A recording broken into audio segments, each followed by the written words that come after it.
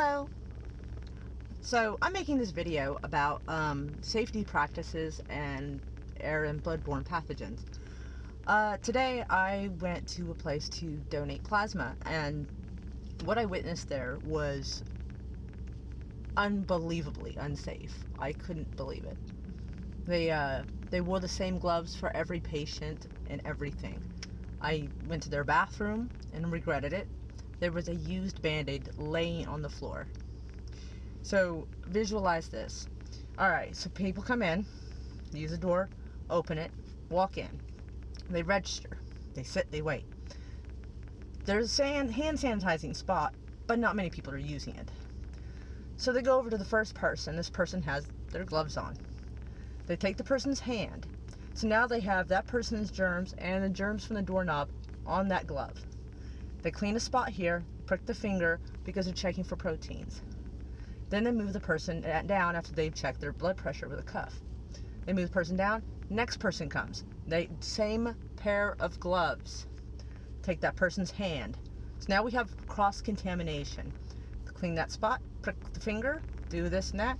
And all the while they're also typing on the keyboard on a computer and sending the person down the line.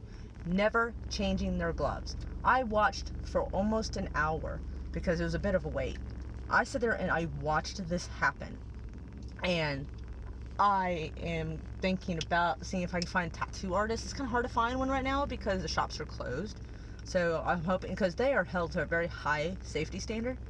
Like, when I've gotten tattoos, the person who was going to do my ink, before the needle got to my skin, his preparation was changing his gloves at least 3 times and washing his hands before ink entered my skin. These people, no shit. They also said they do not have to abide by HIPAA regulations. HIPPA. Look that up if you don't know what that is. But basically, they can ask you medical questions and they can sit there and tell other patients and talk to them about it instead of keeping your medical privacy. They also, this particular company, I don't know if others do, but I'm thinking I might go and check it out. But apparently also discriminate against homosexual males. I know that's weird, but they, basically, I guess it's still stuck in the 1980s, and so they think it's just a gay person's disease. They don't realize HIV and AIDS can happen to anyone who has bodily fluid. So, I know one person who was gonna go to the place, and they asked him what his sexual orientation was, and he was actually afraid to tell the truth because he was afraid he was going to be discriminated against. And he knows he doesn't have a disease, but I mean, even straight people can get diseases. Anybody can get a disease. But these people, like, I talked to the manager. I hate being that person. You know, can I talk to your manager? I hate being that person, but I'm sitting here watching all these safety violations happening, and I'm just like, I couldn't even be quiet about it. So I went to the manager, and I'm like, listen, I'm a little concerned about the safety of your employees and the patients here, or customers, whatever you want to call it. It's not a hospital, but the clients, I guess. And, one lady, the visors, the go-overs, like if blood spratters, it'll protect you.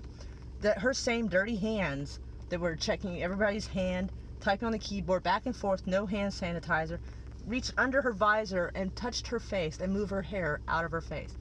So she just had the germs from the door and every patient that went through, and then touched her face with the same pair of gloves. And I'm like, so, oh my God, like, people are talking about flattening the curve. Dude, if standards like this keep up, that curve is going to spike astronomically. I couldn't donate. I had to leave. I got up and left. I mean, they're offering, like, I think in 8 visits you'd get $600. I don't think you know what? I'll starve. I can't participate in that. And so that's what I saw today. So not only did I see discrimination against the LGBTQ community, but also heinously unsafe safety standards. The manager told me they were following the CDC's guidelines. I get a feeling that they are not, because No, there's just no way that they're following the safety guidelines of the CDC. They couldn't. I mean, maybe maybe back in the 1980s they are, but things have updated slightly since then. And not to mention, the coronavirus is just a new virus. It's the new thing on the block right now. We still have viruses and diseases that don't have a cure. That sometimes they have to run their course or not. But